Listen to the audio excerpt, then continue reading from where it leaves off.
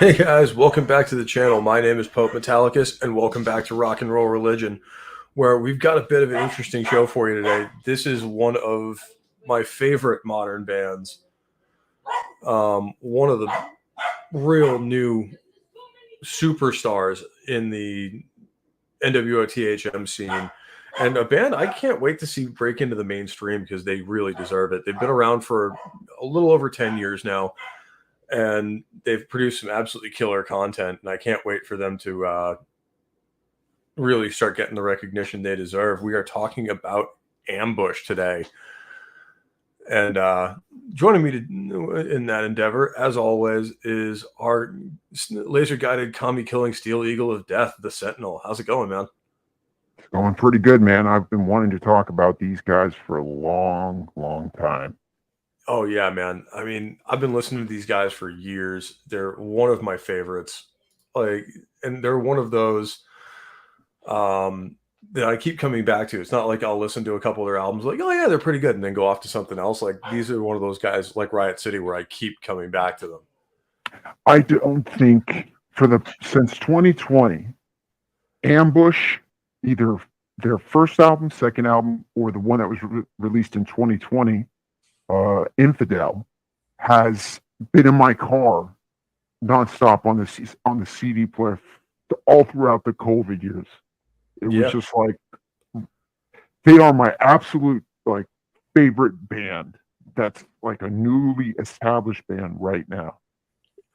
yeah, they're one of those bands that, like, like I said, there's been a ton of them that have like I've spun them a couple of times. They're really good, and then I'll move on to something else. This is one of those ones that's been in constant rotation, and I keep coming back to it. So these guys, I think, are going places. Yeah. And Hope they end Soul up like Assassin, Soul Assassin here, and yeah, you can hear Finn in the background. He's not happy at the moment, but the joys of owning a puppy. And Christian's here. Good to see you, dude. And Lord Thoth is here as well. Praise be, Lord Thoth. But no, getting into their discography a little bit. I mean, they're kind of an interesting one because they formed and got a record deal and pretty much came out with an album in a couple of years. Because they yeah. formed in, I think, 2011, and then Har- in 2014, Harshorns. Firestorm came out. Yeah. So they pretty much just did a demo, got a deal, and then recorded an album. And what a fucking album it is. Yeah, It has, I mean, perfect production. The drums sound perfect. The bass sounds perfect. The fucking guitars sound perfect. And the vocalist is amazing. I mean, yeah, one of he's the, a really, really talented guy, and he's got like a lot of emotion to his voice too. Like you can, or a lot of feel to his voice too. Like a lot of bands have like a very clinical singer. This guy is like, he feels different than than a lot of other ones. if I were to suggest one song that people should go and listen to just to dip their finger into the ambush kind of pool to get a sense of who they are, listen to the song Hellbiter. Yep, Just listen to that's that song. And if you don't like that song, you don't like the singing or the kind of the music or the arrangements or whatever, you won't like them at all. But if you do, there's even much better stuff than that. That song, Hellbiter, was made more for like music, video, radio kind of, you know, yeah. like It was made to be kind of a more commercial friendly that's the word. Yeah, song. commercial. And that's not saying that it's not a great track. It is, but it was made to be a little more beginner friendly than a lot of the other stuff. Whereas, like, I'd say the song I'd introduce people to, and it's one of the first ones I heard from them, was is actually off this record. Don't shoot, let them burn. Yeah. Don't shoot, Um, let 'em burn. Dugga-dugga-dugga-dugga. because it's kind of old school speed metal, Yeah. with a little bit of thrash in there, which I dig. And Arcade Lounge, I haven't seen you here before. Good to see new faces in the chat as always. And yeah, Natural Born Killers is a great album closer for this one. It's And an anthem. like you said, the production and the composition of the album is stellar for a first attempt. Yeah. Because there's a lot of bands out there like, their first album's like it'll be good, but you can tell that they're first starting out and there's things that they probably would have done differently later. But these guys like came out with an absolute banger first attempt. Great riffs too. And I'm guessing High Roller Records really spent the time and the money to get them a top tier production budget, which a band like this kind of needs. Especially a band as talented musically as it is. Yeah, and also it's a very polished style where you need to hear all the different parts of it very clearly to get a real picture for what they're actually putting down. And they got it, which is great.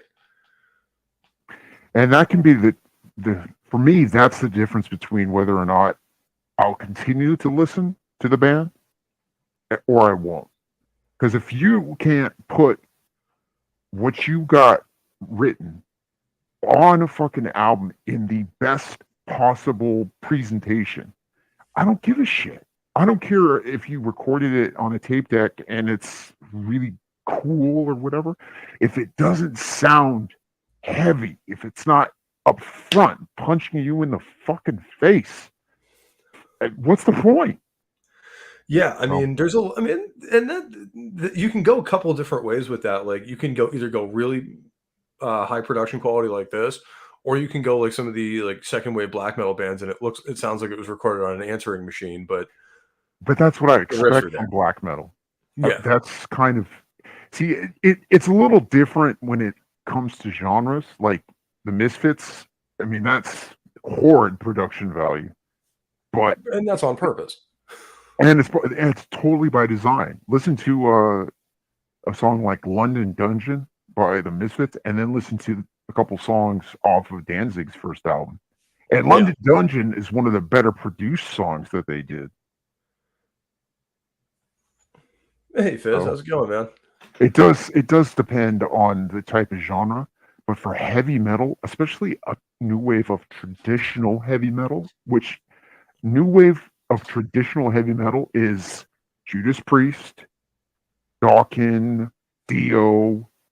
Well, that's the NWO BHM crowd of like, Judas Priest, Saxon, Dio. Exactly. It's basically younger guys who grew up listening to Judas Priest and all those types of bands, kind of doing their own original songs as if it were the 1980s. Yeah, like that. Like that's the thing I keep trying to get across to people is like these are not cover bands of the 80s metal artists. Like these are guys doing new material in that style, which is actually harder to accomplish in many, many ways, because specifically the 80s had people would like tune a certain way and have a drum sound a certain way and sing a certain way. And by the 90s, that was completely, out, not in vogue anymore. It was totally out. And then staring at your shoes and writing annoying 3-chord guitar riffs, wearing flannel kind of came in. And, God bless the Europeans, especially Sweden, since it gave us Ambush and a whole shitload of other legendary bands. So that's it. It's harder to write great original songs with the influence of the bands you grew up with without sounding exactly like them, which is a feat unto itself, in my opinion. Oh, I think someone in the chat takes issue with your description of grunge. Well, Kirko, he has a gun in his mouth. What do you think he's trying to say? Oh, whoops! That is fucking fantastic. That is, I love you. Highlight that last comment. Oh, that is.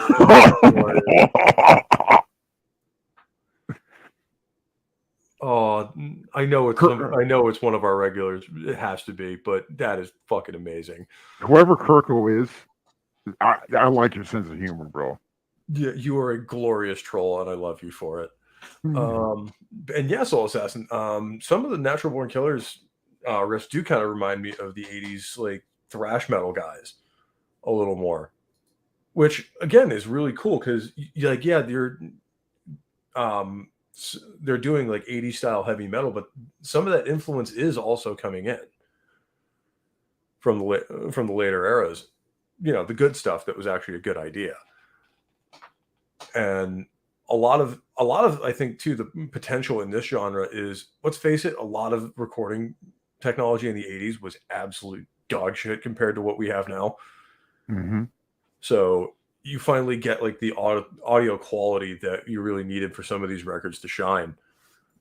Yeah, that's why I was on the whole remastered kick from like 2000 to like 2015. Getting remasters of you know all the Dio stuff, all the pre stuff, all the if it sounded like shit when I first bought it, I would always look for a remastered version because I knew that that would be beefed up. It would have a better, clear, more high fidelity sound coming out of it, and it would actually like make my speakers whoosh. You know what I mean? Yeah, That's right. what you want. Yeah, you want to feel that percussion, especially on the bottom end, because a lot of '80s metal albums can sound very weedy Mm-hmm. in terms of the lower end, like the bass drum and bass guitar uh, tones are just like cut off, like they just don't exist. Yeah. Or they're And really dry I think that's sounding. a shame because when you hear it live, it's absolutely killer.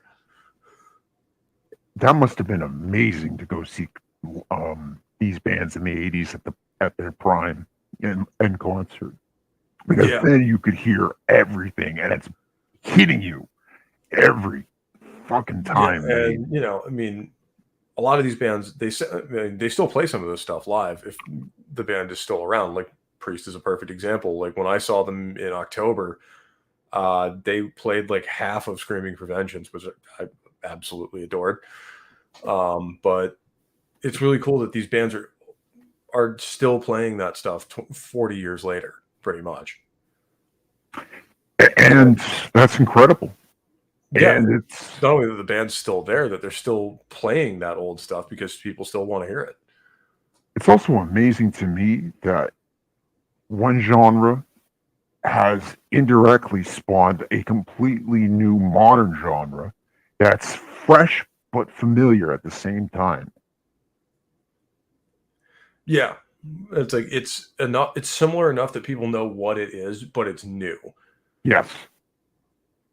And I think like that has been a hallmark of the NWO THM era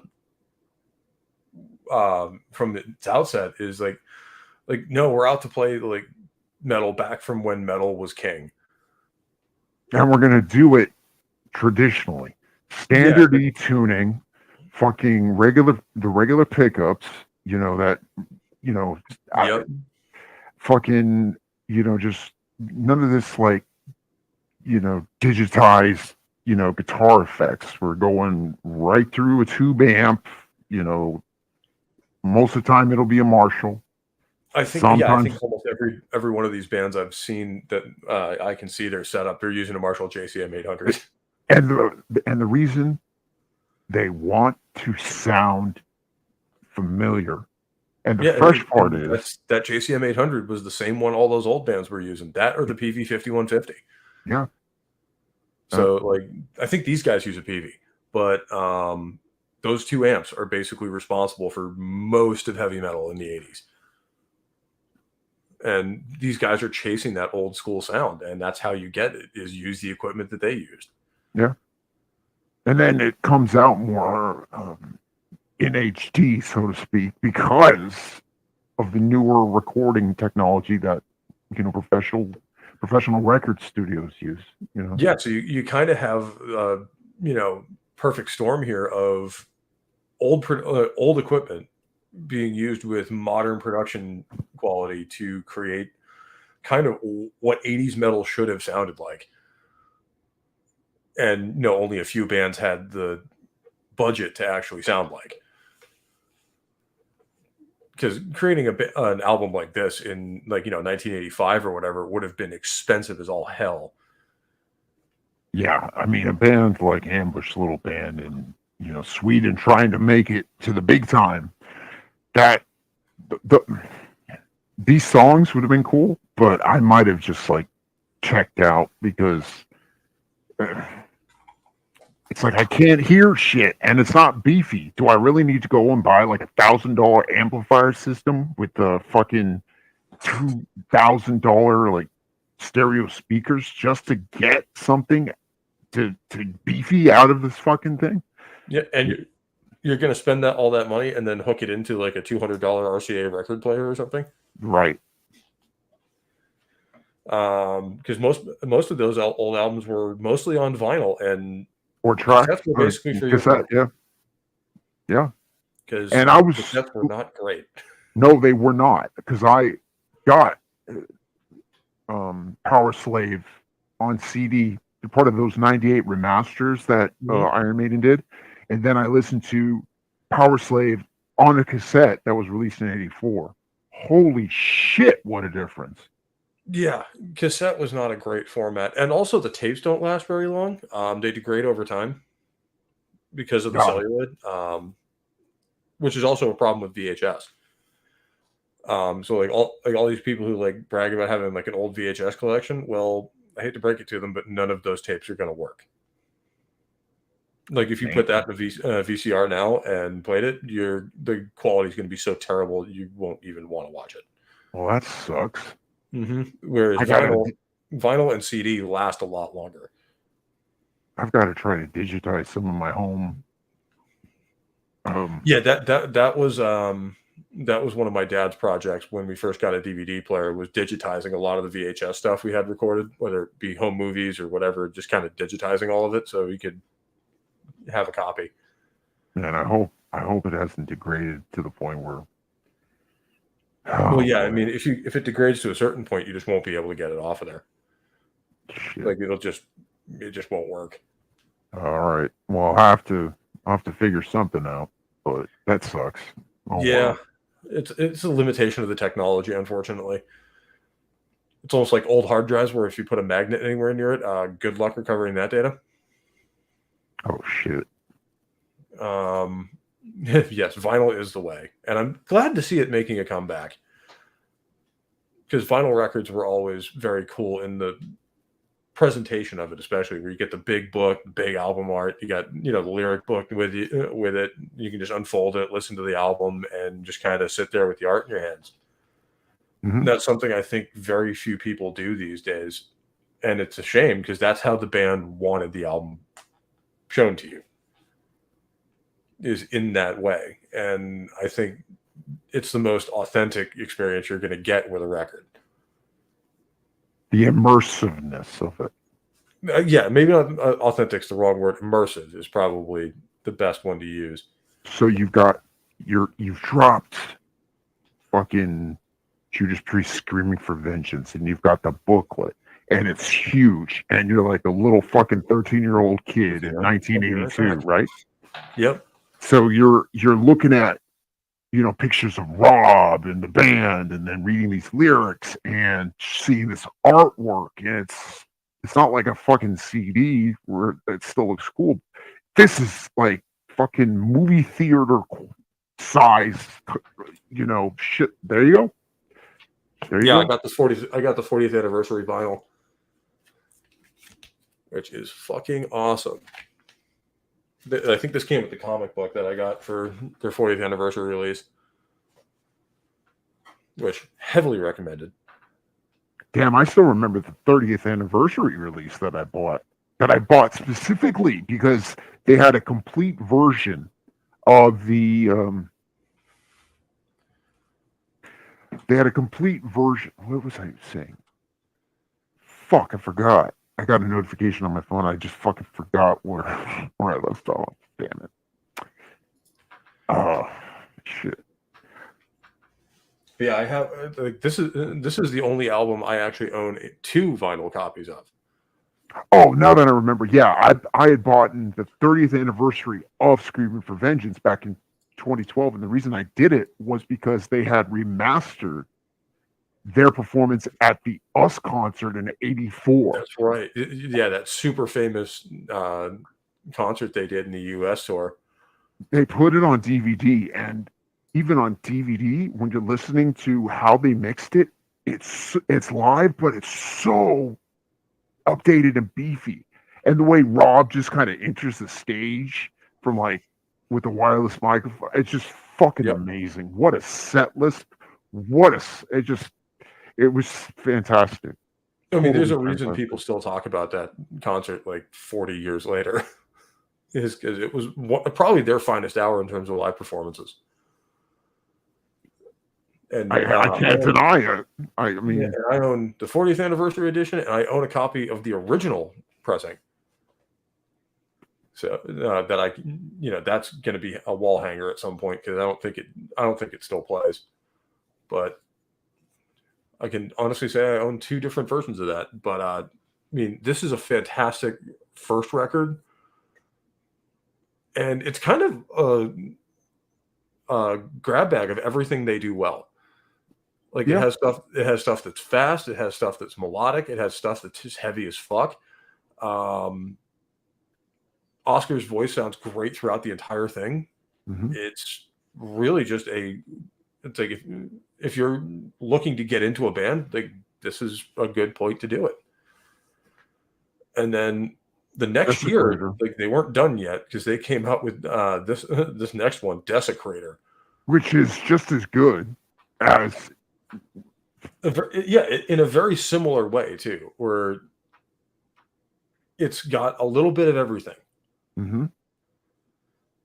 And that's not to say like some of it slows down or it does slow down, but it's not. It gets no less heavy when it does that. Right. And it's catchy. Yeah. Imagine a metal band actually, taking into consideration, hey, how about we write a song that's actually kind of sticks with the, the crowd and they could sing along to, and then they can whistle to, and instead of writing this like super, it's just kind of super shit that, Guitar Sharks or these fucking progressive bands don't know how to do. And that's create a fucking anthemic song, no more than 4 minutes long, that keeps your attention and is fucking metal as hell. Yeah, I mean, like one of the songs on this album I spin probably more than most others is the Chain Reaction. Yep, because it's just got a slick rhythm to it. It really is, like you say, it's catchy. Yes, and that's true of a lot of their songs. Like, oh my god, when they came out with the Hellbiter EP. Like I listened to it constantly because like Hellbiter especially would just get stuck in my head, and I'd have to listen to it on repeat. Basically, I had the same experience with their most recent EP, Barbarous. Yeah, this song, the Soldier's Poem, is just such a freaking monster of a track. That could be the best song they've written. Possibly. I would not say it's not. I mean, there's stuff on the next album we're going to talk about that I think is up there, but yeah, Soldier's Poem might be the best thing they've ever done. Because it's arranged a certain way, they keep it catchy. Yep. But the lyrical content and subject in it is actually a little bit more mature than, some of their previous, not to say the previous, they're cheesy or whatever. They take whatever they're saying seriously, but you could imagine a soldier's poem, and that's applicable to any soldier in any war in history. Yeah, and like when I heard it, I was just like, damn, like these guys actually like went there. Yeah. These guys know what's up. And unfortunately, like it's just an EP, so there's only 2 songs on it, but both Barabbas and Soldier's Poem are fantastic. And same thing with Hellbiter. Yeah. I mean, you have Hellbiter and Heavy Metal High, which was the first song I ever heard from these guys, and I was instantly into the band. Like I was saying before the show, I think I got introduced to it on one of Razor's live streams when he does like, playing a couple of music tracks before the stream really gets going. Mm-hmm. When they're still kind of setting things up. I think they played one of those, and it was in the description of the video as what songs they were playing, and I just immediately ran and checked it out, and I've been listening to them pretty constantly ever since. Like these guys are one of those bands that even if I don't need to listen to it for a show or whatever, I will immediately run and grab one of their records and just start spinning it. Exactly. And like I was saying to you before we had, started the stream, they have been on rotation in my CD player in the car or on YouTube every fucking day during the pandemic from like 2020 to like 2022. Yeah. Those 3 Ambush albums were pretty much all I was listening to. Yeah, and these guys were another one I was worried about how they would come out of the pandemic, because I know that that period ended a lot of bands, Mm-hmm. in that they just couldn't afford to keep going without the the touring revenue and stuff like that, and a lot of them called it quits. But fortunately, 2 of them that didn't are Riot City, Riot City, and Ambush, and Air Raid, who I covered earlier a little while ago. But these guys are in it for the long haul, which is a very good thing in my mind. They did say they're going to come out with a new album soon, so I hope it's released later this year, and I hope it includes a Soldier's Poem and Barbarous on it. Yeah, I mean, that would be excellent, because both of those songs deserve to be on a full length album. I would put Soldier Poem at you could put it like at the end of the album, because it's really it's like a Hallowed Be Thy Name type closer, to be honest. Yeah, although I mean, there is something to be said for, and there is kind of an art to EPs in that you kind of let it be its own thing and then do a full length album, like Sabaton did with Bismarck. Mm-hmm. Or I did with the Reckoning EP before they had released, Glorious Burden. That's very true. Gave you a little taste, And Soul Assassin, I find a lot of them on YouTube. I follow a couple channels that kind of will host new albums when they come out. Yep. I find out a lot of bands that way, especially the NWOTHM Full Albums channel. Yep. I check in with them at least once a week. See what they've got going on. Record stores, I wish there was one around me. Yeah, I miss record stores too, by the way. Yeah, and other than that, these guys have recommended so many bands for me to check out that I had either never heard or never really given a fair shot before. And I've found some gems that way. So it's kind of a mix of all of it. And I just posted the link to the channel that introduced me to I Ambush. I think Riot City also definitely introduced me to Riot City, and I think it also introduced me to Skullfist.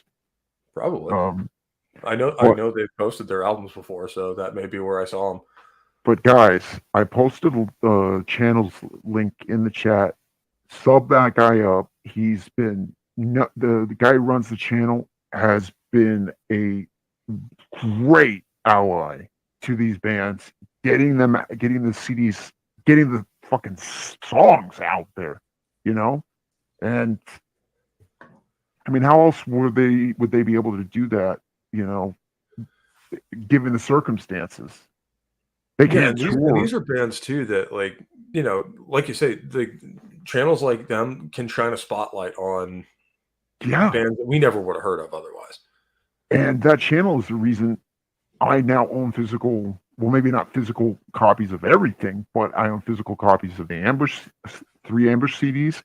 Desecrator and Firestorm were pretty hard to find, and I had to pay a pretty penny on eBay for one of the 2 of them.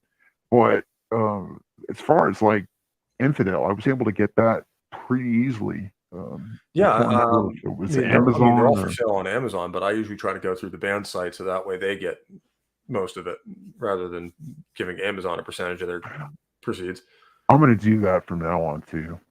Yeah, like if I know the band has a website, I'll go try to order it through them if I can. Um, some of them don't. Some of them probably just have a publishing deal with Amazon or whoever that that's just who they distribute their records in the U.S. through. Yeah, And for smaller bands, especially, like that can be a because you don't have to worry about international shipping and licensing and all that kind of stuff. So you can just let Amazon handle right. it. I'm also And I'm there are still metal magazines around. I'll have to check it. I'll have to check that out because I used to love getting magazines as a kid for like hobby stuff. Revolver was a regular Yeah, that I Revolver, would Heavy check Metal my Magazine. mailbox every day. In the month, I knew they were going to release a new one. So I have some gems from like 2007 until 2010 at least. Yeah, I think Kerrang used to have their own fan magazine every now and again. Kerrang, and then Metal Edge was one Yep, that Metal Edge. um is what's the UK one? Hammer. Are they still doing That I'm not sure. Somebody from the UK would have to tell me that. But yeah, Hammer was around for a long, long time. They were great because even though it was an expensive magazine, they gave you a CD every single time with a track of new music from new bands that they, wanted you to, were promoting and wanted you to check out. And they'd have really good in-depth interviews with, band members. I remember finding out about I can't remember if I found out about the Summer Back in Time tour uh, from a 2007 Metal Hammer or if Iron Maiden announced it on the website. But either way, uh, that's how I knew and I bought tickets immediately for that, tour. So Yeah. I really do miss the days of, you know, holding something in your hand and reading through it, Yeah, and there was like a little bit of anticipation to it, like, oh yeah, it's like the first Tuesday of the month, saying like that means the new Kerrang's out or whatever. Right. And you And they, rush home after school, go try to find it in the mailbox and see if it's there, and right. go tear through it and see what they've got. And oh, I mean, that explains it. Calcutta. Oh wow, you might be the furthest away from us that we've ever seen. I'm assuming that's Calcutta, India, which would be really fucking awesome. But yeah, like that's kind of a lost thing in the West, especially that and rock radio stations. Rest in peace. And we're 'Cause, stuck I with mean, I don't fucking know about Eddie Trunk. That's what annoys the shit out of me. Is like Dave Grohl has become the ambassador for rock and roll and the only radio station that plays heavy metal and talks about it in a very pure heavy metal way is Eddie Trunk. And he talks over his fucking guest a lot of the time. So it's not a good situation as far as representation goes along because rock should be at least on the near the level of awareness that pop is in the United States. We invented rock and roll. Why the fuck is rock and roll not, oh, did I swear? Am I going to get in YouTube trouble? Anyways, how the hell does fucking YouTube, I mean, not YouTube, how the hell are we, it just boggles the mind. Well, I mean, we're kind of the new rock radio in a way of, we're the ones talking about this stuff and introducing people to the music in ways that rock radio either doesn't or can't anymore. Yep. So And I've actually heard of Cryptos. I didn't know they were from England. They were from India.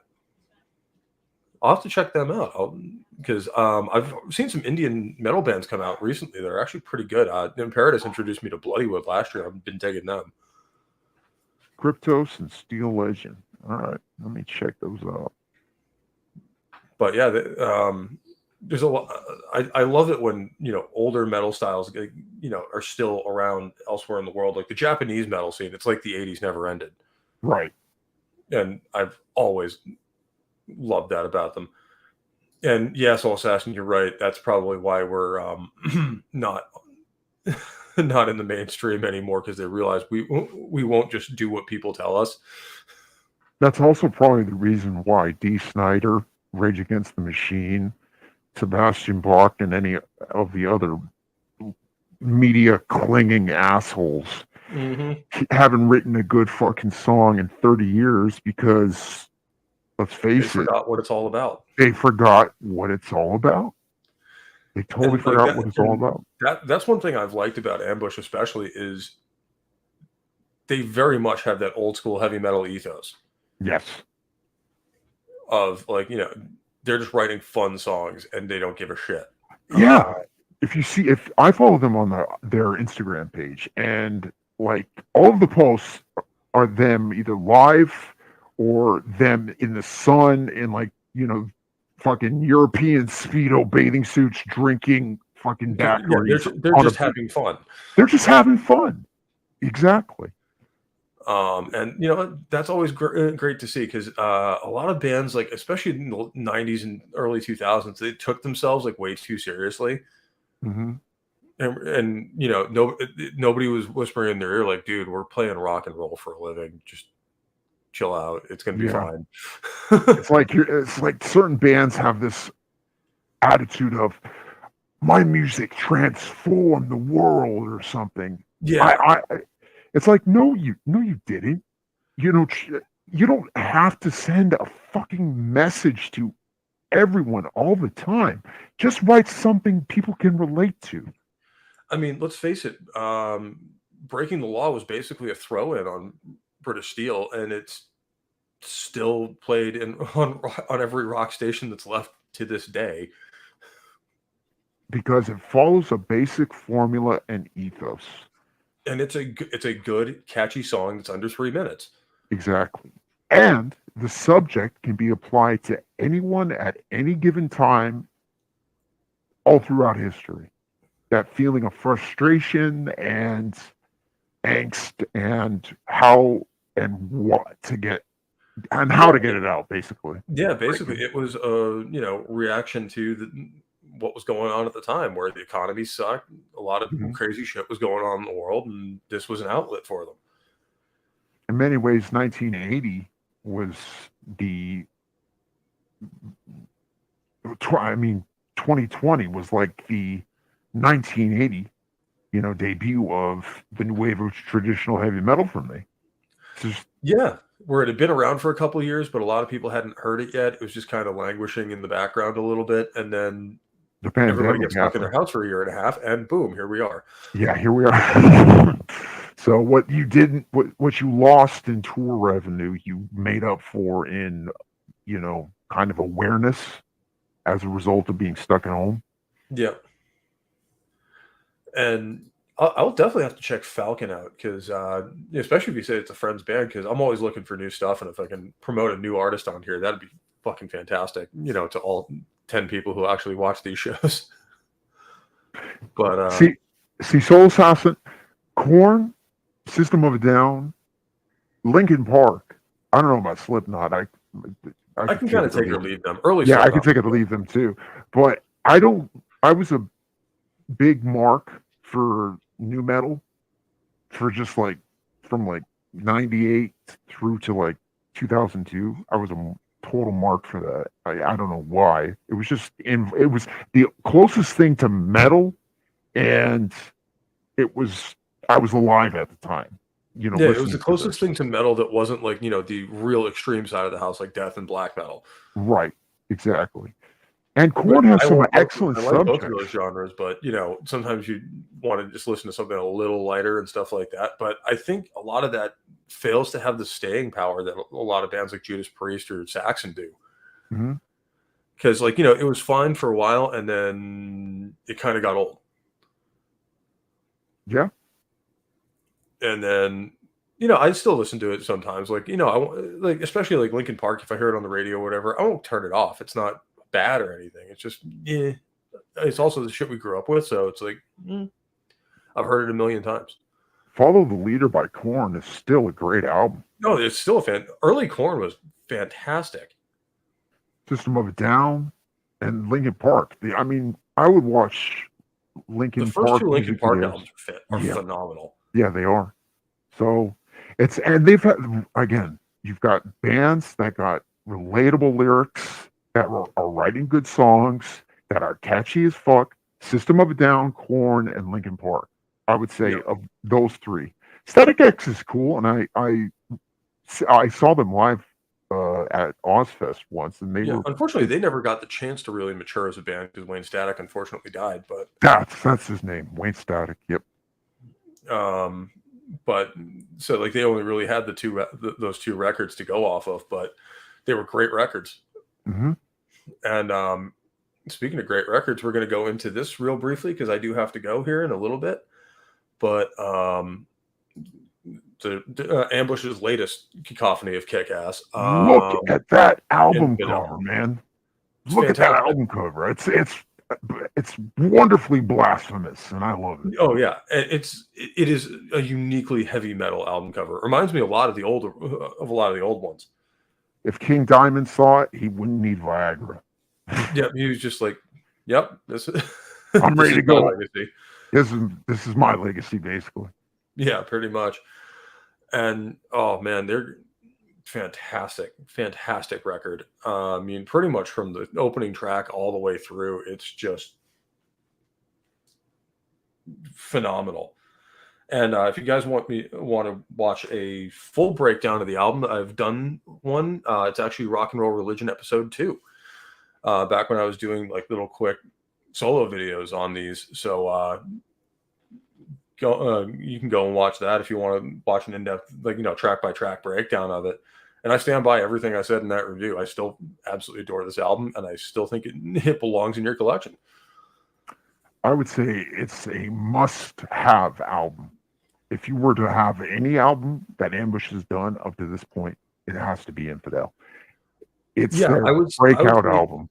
I would say like every one of their albums has been like, it's not better than the other ones, but they've gotten a little more mature in their sound Mm-hmm. and a little more established every album.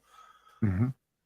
And like, it's one thing to do a album that sounds that good, and a lot of bands change their style up and maybe do something a little different, but they were just like, nope, this is who we are. And they continue, they have the continuity of sounding as good as they do on each album, by the way. And it's interesting that this album sounds as similar to the others as it does, considering it came out 5 years later. Exactly.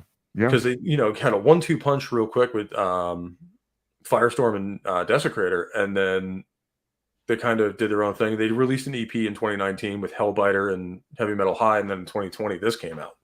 Yeah.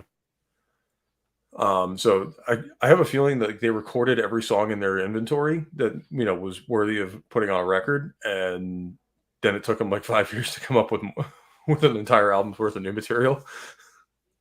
Sometimes it happens. And they had a couple in between there, so they recorded an EP just to keep people, tuned in. To be honest, I'm thinking to myself, and I brought this up again. One of the things I brought up with you before the stream started was, it's hard when you have that gap of 5 years to be as consistent to the previous album in terms of quality, and then with each album you want to make it better and better than the next and the previous. So the fact that this album is probably the best album they've done, despite the fact that there's a 5-year gap, that's crazy to me. It just shows how good they are as songwriters. They were touring that whole time. Like, they didn't take like a hiatus and go away and do their own thing. Like, they were touring that whole time. So they were? Okay. I think so, yeah. Touring is a great way for bands to write their next album, because in the downtime you could just be working on new songs. Yeah, and you have the whole band there all together. You're not off, at home doing your own thing. So like you have everybody there, and they, you can kind of get those creative energies flowing. And sometimes a song will just come to you on the road or whatever, and you can just get everybody together and write it down. But no, I mean, this album's fantastic. probably like Soul or like Sentinel was saying, it's a must own. If you're into this genre, this is one of those albums that's gonna be one of the big boys going forward here. Mm-hmm. In fact, 30 years from now, we'll probably still be talking about it. Yeah. So This is that album. yeah, like this is their screaming for vengeance. Yeah.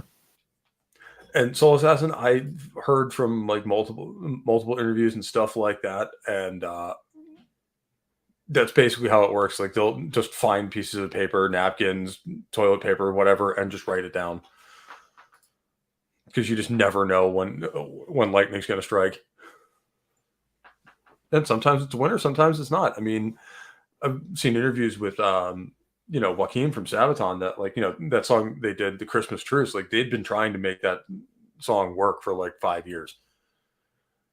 Yeah, I mean, you can't force these things. Yeah, for whatever reason, it just didn't feel right, or the album wasn't right for it, or like whatever reason, the stars just didn't line up for it.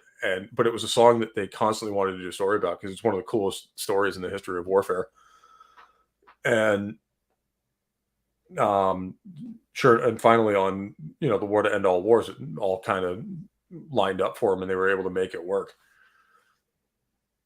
But no, I mean, and we'll see where they go from here. Like I said, they released an EP last year called Barabbas, that has 2 of their best songs on it. I know. These guys keep improving they keep getting better. Yeah. Like, and it's tough for a band that starts out as high caliber as these guys to keep improving on that every release, but they somehow manage it. And they're 10 years in at that point because they were formed in 2011. They're not newbies anymore. They're not noobs. These guys are an established band now that are pretty much firing on all cylinders, and I hope that continues for a long, long time. Same. So let it be said, so let it be done. Exactly.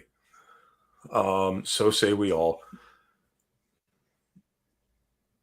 But no, I mean, these again, this album, like this genre, is still kind of young, and it's cool to see new bands come out all the time in it, with even like either a one-off album or it's the start of a career, and seeing these guys, and especially seeing these guys live, like that's like, if I had to say what's discovered more bands for me than anything else, is seeing them open for somebody. Okay. Which is just another, advertisement for going to the shows, because you never know who you're going to see that you didn't expect to. That's weird because I have the exact opposite experience. It's most of the time the bands that open, I haven't had it, like, it just hasn't stuck with me. It's like I've never discovered a band opening. It's always some, like, my friend will say it, or I'll see it on a T-shirt, or one of the cool guys, that in the group I'm running with at the time is like talking about it. And he's like, "You got tickets to Iron Maiden?" And I'm thinking, who the fuck is Iron Maiden? I heard, Iron Maiden, being said on Bill and Ted, but I don't know. I didn't know what the fuck they were talking about. And so when the guy has that kind of reaction, I'm like, okay, I'll check these guys out. And I went and I bought Brave New World, and the rest is history.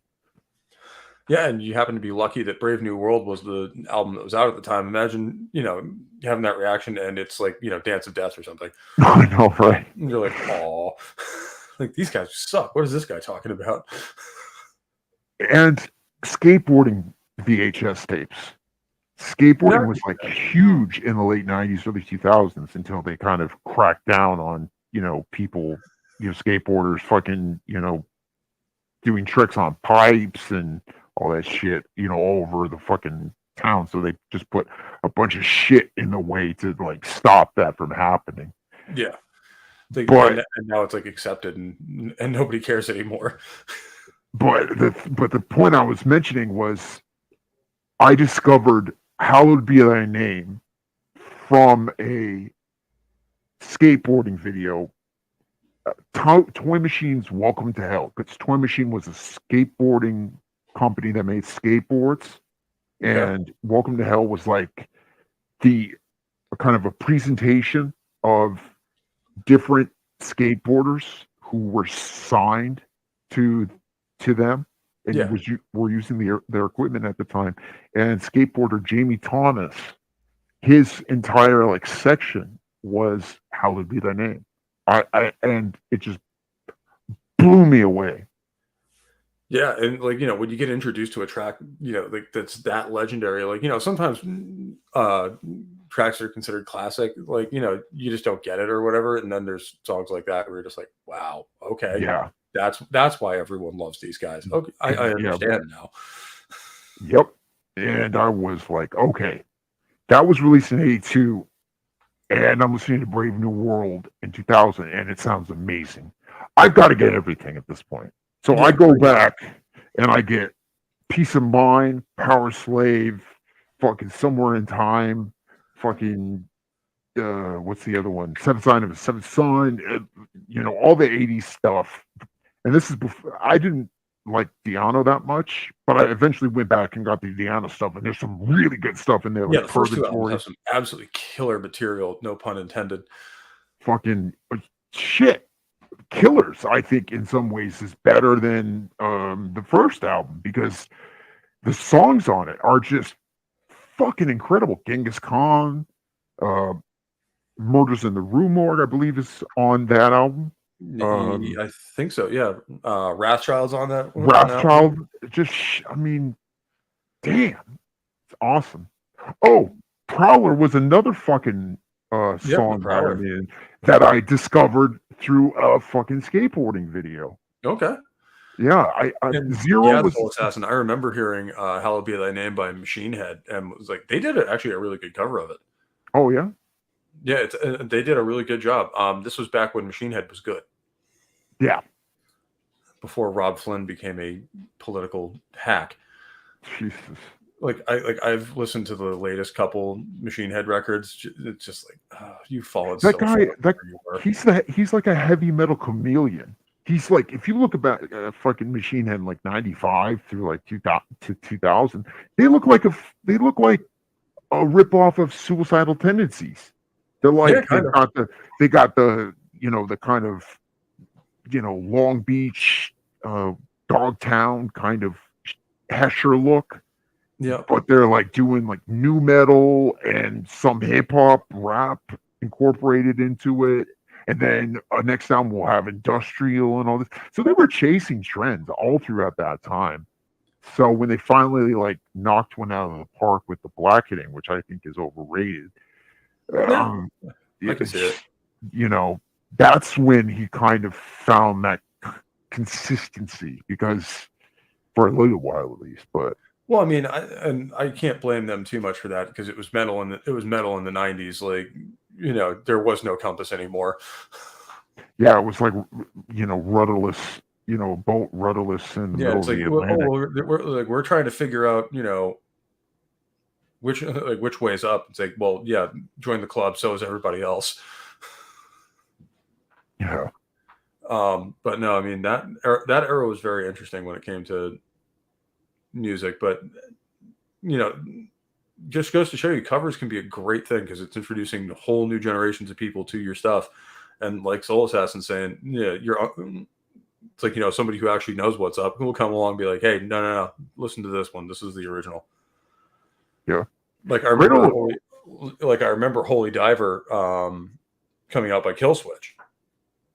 Ooh, that's a good cover too. It is, and I had never really paid attention to Dio before, Hmm.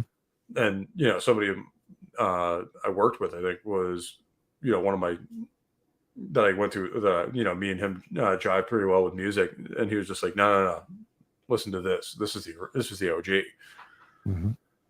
and I'm thankful as hell to that man because he introduced me to Ronnie James Dio. You should be king of rock and roll. And that's one of those artists, like, you remember who introduced you to it, and you are very thankful to that person Yeah, exactly. because they I changed your life discovered. for the better. Yeah, exactly. Even like a bad relationship you can look back on with fondness if she introduced you to like a band that sticks with you no Yeah, matter. I've had a couple of those actually. Like yeah, we didn't really work, but I saw some some killer bands with her. So there's that. Exactly. That's how it goes. That's life. Yeah. You know. Sometimes you get stuck with baggage, but it's good baggage. Yeah, but with that, I gotta get going. I've already gone over a little what I probably should have. But Sendel, what do you got going on, man?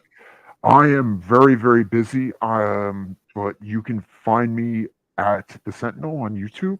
You can find me on Instagram at the Sentinel 43, and you can find me on Twitter at the Sentinel 831.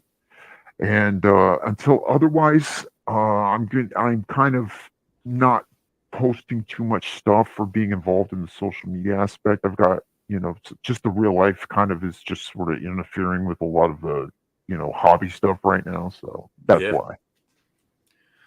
And as for me, you can always find me here every Sunday for Rock and Roll Religion. Um, Immediately after this, and what I have to get going for is we are playing Starfinder with Trucker Rob and a couple other people over on Rumble, and I do that every Sunday immediately after this show. And